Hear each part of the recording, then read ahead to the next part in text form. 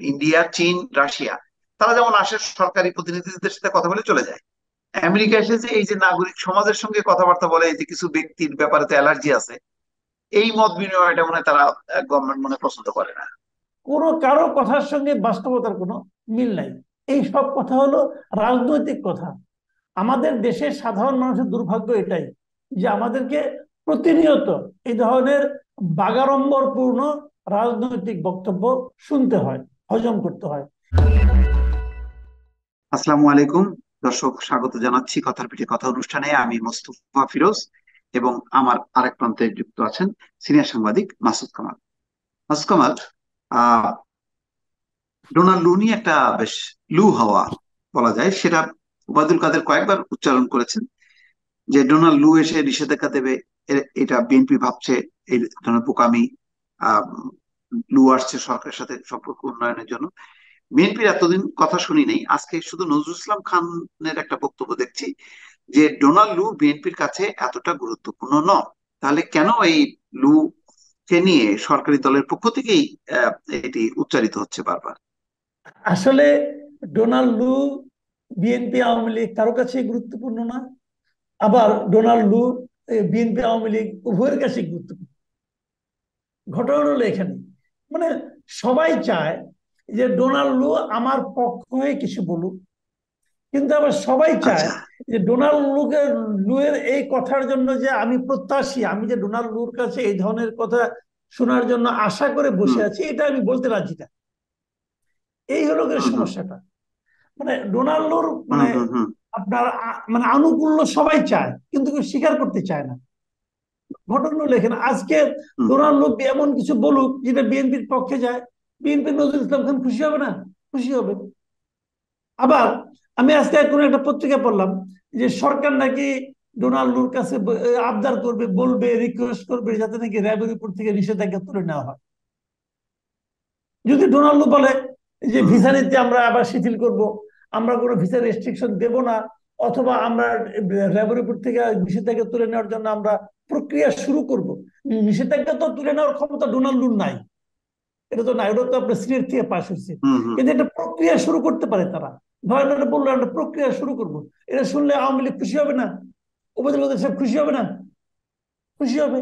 তখন তারা এটা দেখবেন ঢাক ঢোল পিটাইয়া প্রচার করতেছে, আমরা এত ভালো করেছি এখন যে আমাদের নিষেধাজ্ঞা তুলে নেওয়ার প্রক্রিয়া শুরু হয়ে গেছে, বলবে।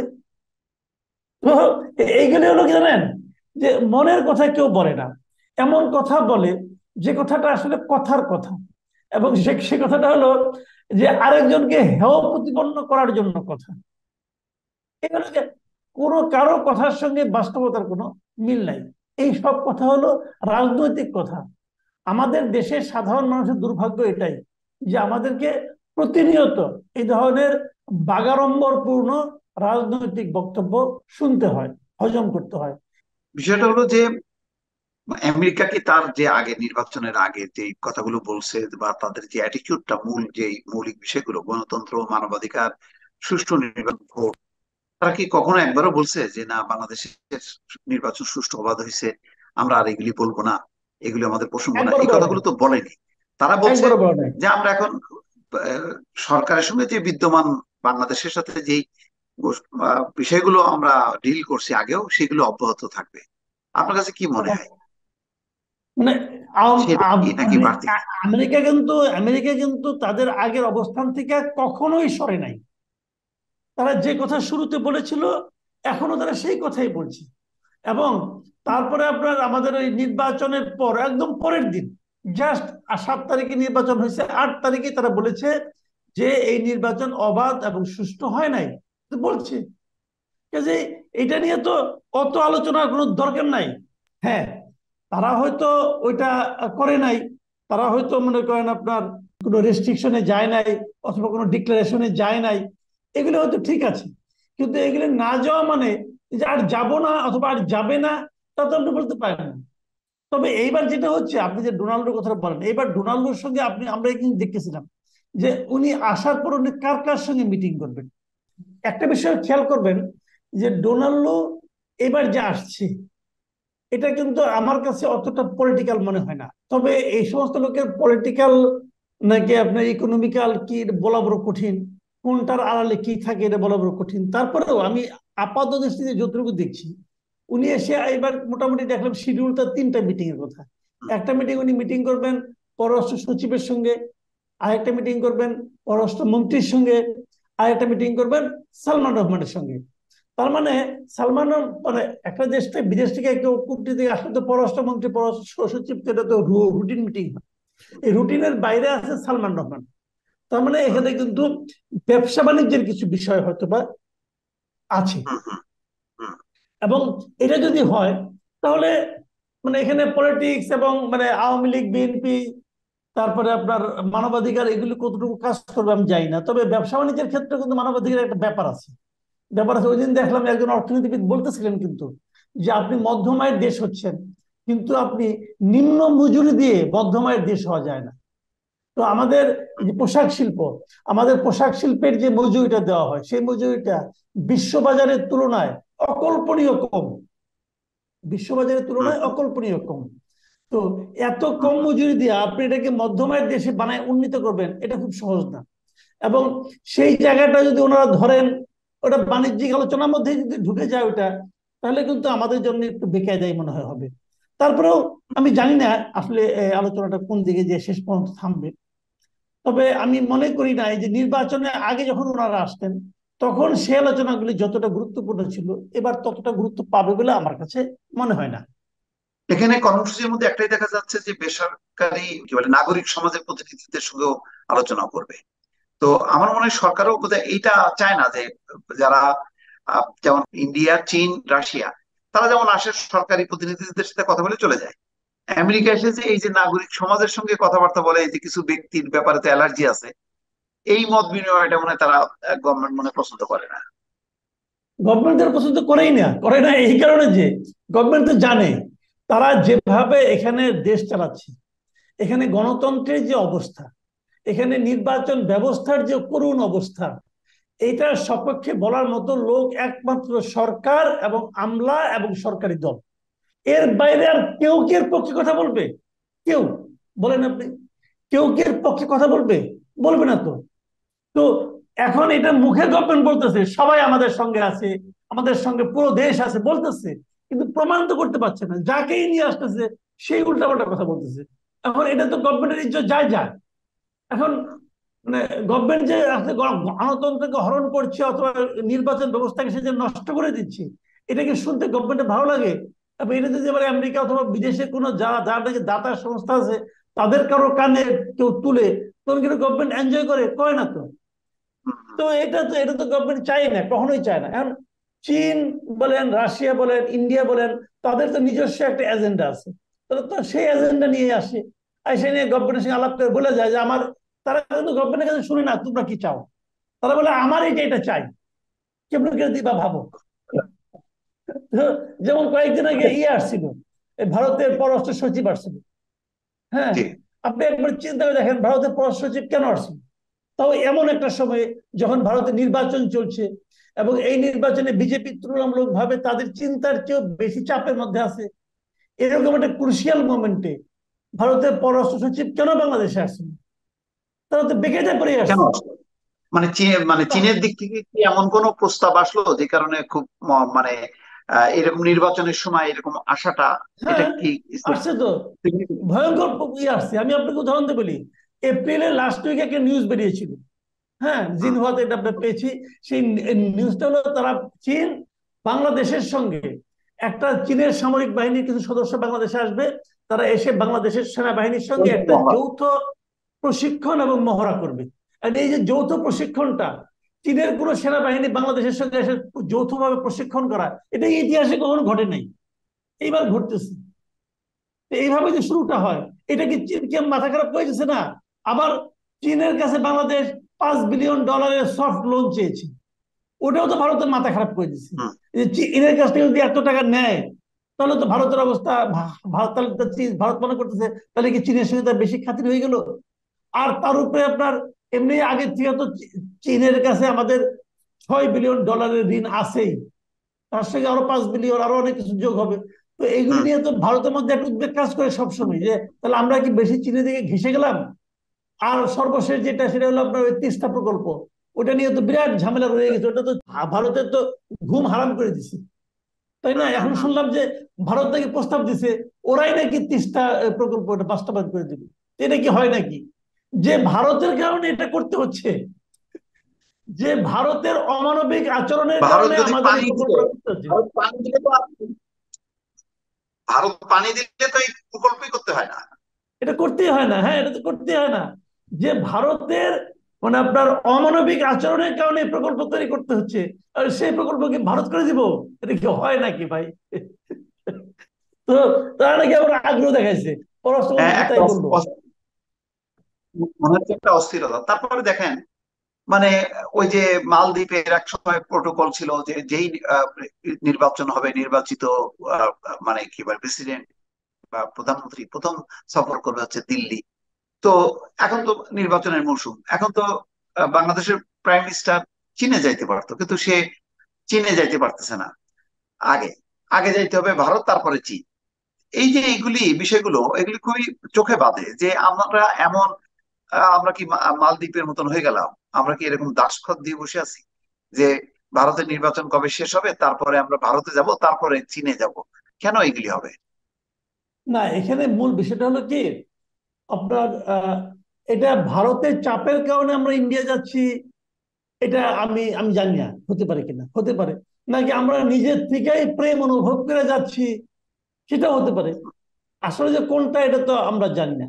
এটা আমাদের কূটনীতি যারা করেন, আমাদের পররাষ্ট্র মন্ত্রণালয়, আমাদের মানে যারা আছেন তারা বলতে পারবেন। কিন্তু বিষয়টা হলো কি, যাওয়ার পর যখন কোথাও যায় তখন ইঙ্গিতটা বহন করে যে আসলে আমরা কার সঙ্গে আমাদের সম্পর্কটা বেশি ঘনিষ্ঠ। যদি আমরা ভারতে যাই, ভারতেই যাবে, এখন তো পররাষ্ট্রমন্ত্রীর কথা শুনে তাই মনে হলো। যদি ভারতেই যায়, তাহলে বোঝা গেল যে ভারতের সঙ্গে আমাদের সম্পর্কটা বেশি ঘনিষ্ঠ। কারণ ভারতের সঙ্গে সম্পর্ক বেশি ঘনিষ্ঠ হলে সেটাতে আবার চীন কতটুকু খুশি হবে না রুষ্ট হবে, এটা তো বলা কঠিন। এখন বিষয়টা হলো এটা পরিষ্কার আমার কাছে, যে কূটনৈতিক ভাবে আমাদের দেশ, আমাদের সরকার চীন এবং ভারত উভয়ের সঙ্গেই খেলছে, উভয়ের সঙ্গেই দর কষাকষি করছে। এখন দর কষাকষি করে আমরা আসলে কি পাবো? দর কষাকষি করে আমরা হয়তো একটা বড় অঙ্কের ঋণ পাবো। তো ঋণ যদি আমি পাই, ঋণ পেলেই কি লাভ? এই কথাটা ভাবেন একবার। ঋণ পেলেই কি আমার লাভ? এই ঋণ আমাকে শোধ করতে হবে না। চাইনিজ হুম। ঋণ মানে কি? চাইনিজ ঋণ মানে হলো আপনার ওটা 4% ইন্টারেস্টে কিন্তু চাইনিজ ঋণ শোধ করতে হয়। বলাই তো হয় ওইটা তো আপনি যে শোধ করবেন কেমন করে? মানে ওটা আপনি চীনা কেমন ঋণের শোধ অভাব, করবেন? রাইট। মানে অন্য যে কোনো দেশ সংস্থা থেকে চীনের ঋণের রেট অফ ইন্টারেস্ট অনেক বেশি। অনেক বেশি। সেই ঋণ আপনাকে শোধ করতে হবে না। আপনার কি অর্থনীতিতে অনেক টাকা আছে ঋণ শোধ করার মতো? তা তো নেই। এবং ঋণ শোধ আপনাকে করতে হবে ডলারেই। কোথায় করবেন হুম। আপনি? অত সহজ হয়ে গেলে, এখনই তো ঋণ শোধ করতে যে ঝামেলা হয়ে গেছে। টাকা ঠিক মতো শোধ করতে না পারার কারণে এয়ারপোর্টে সমস্যা হচ্ছে। এয়ারপোর্টে সমস্যা হচ্ছে না, অনেক ইয়েতে আপনি দিতে পারছেন না, ফ্লাইট বন্ধ হয়ে যাচ্ছে। তেল কেনার তেলের টাকা দিতে না পারার কারণে বিদ্যুৎ কেন্দ্র কয়েকদিন পরে বন্ধ হয়ে যাবে, তখন কি হবে? কাজে আপনার বৈদেশিক মতো তো নাই, বড় বড় ডায়লগ দিয়ে লাভ নাই। দেশের অবস্থা কিন্তু ভালো না, দেশের অবস্থা ভালো না রে ভাই। এই যে হঠাৎ করে ডলারের দামটা বাড়লো, তারপরে এখন ওই ডলার পাওয়ার জন্য এডিবি, ওয়ার্ল্ড ব্যাংক, চীন নানান সংস্থার কাছে দৌড়ঝাঁপ করছে, এইটা কিসের ইঙ্গিত বহন করে? এইটাই তো ইঙ্গিত বহন করে দেশের অর্থনৈতিক অবস্থা ভালো না। দেশের অর্থনৈতিক অবস্থা কি তাহলে তো ভালো, সরকার মূল্যস্ফীতি আবার বাড়বে। এটাকে, সরকার আবার এই অর্থনৈতিক অবস্থাটাকে লুকিয়ে রাখতে চায়। যে কারণে হুম। দেখেন আপনি, বাংলাদেশ ব্যাংকের সাংবাদিকদের প্রবেশ মোটামুটি এক ধরনের রেস্ট্রিক্টেড হয়ে গেছে। এটা কি কখনো ছিল? আপনারা এত বছরের সাংবাদিকতা কখনো শুনেছেন যে বাংলাদেশ ব্যাংকের সাংবাদিকরা ঢুকতে পারে না? এটা কেন? কারণটা কি? কারণটা আপনি লুকিয়ে রাখতে চান কিছু একটা, আপনি প্রকাশ করতে চান না। এত সমালোচনা হচ্ছে, তারপরে বাংলাদেশ ব্যাংকের কোনো বক্তব্য শুনছেন আপনি? বাংলাদেশ ব্যাংকের একটা প্রেস কনফারেন্স, সাংবাদিকরা ওখান থেকে বয়কট করে চলে আসলো। বাংলাদেশ ব্যাংকের কোনো কথা শুনছেন? ওরা কিল খায়, কিল হজম করতেছে, অপমান সহ্য করতেছে। কারণ তারা প্রমাণ করতে চায় না যে সর্বাঙ্গে ঘা হয়ে গেছে। সর্বাঙ্গে যে ঘা হয়ে গেছে এটা কেউ প্রমাণ করতে চাচ্ছে না। এই যে এগুলি ভালো নমুনা নয়। এখন ওই ল্যাপস্যাপ দিয়ে যে কদিন চলে আর কি। আচ্ছা, সর্বশেষ আমি একটা প্রসঙ্গ বলি।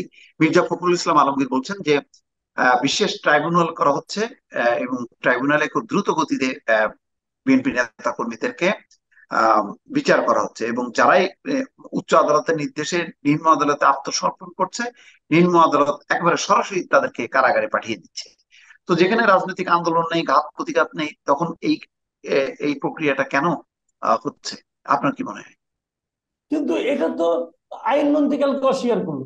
আইনমন্ত্রী বললেন যে এই ধরনের কোনো ট্রাইব্যুনাল হচ্ছে না। তো যদি ট্রাইব্যুনাল আচ্ছা, না হয় তাহলে এটা নিয়ে আলোচনা করার কি আছে? তবে এটা তো ঠিক, রাজনৈতিক মামলাও নেই, রাজনৈতিক মামলা তো থাকে রাজনৈতিক না কখনো। মামলা তো কোনো প্রত্যাহার করা হয় নাই। এবং বিএনপির লোকের যে মামলাগুলি হয়েছে, যে মামলাগুলি হয়েছে, যদিও সরকার বলছে নাশকতার মামলা, অমুক মামলা, তমুক মামলা, কিন্তু আমরা তো বুঝি যে মামলাগুলি হয়েছে এবং যে মামলাগুলিতে বিএনপির নেতাকর্মীরা আসামি হয়েছে, তার তো 99% তো আপনার মানে পলিটিক্যাল মামলা। তো এটা তো হুম, অস্বীকার হুম। করে তো কোনো লাভ নেই রে ভাই।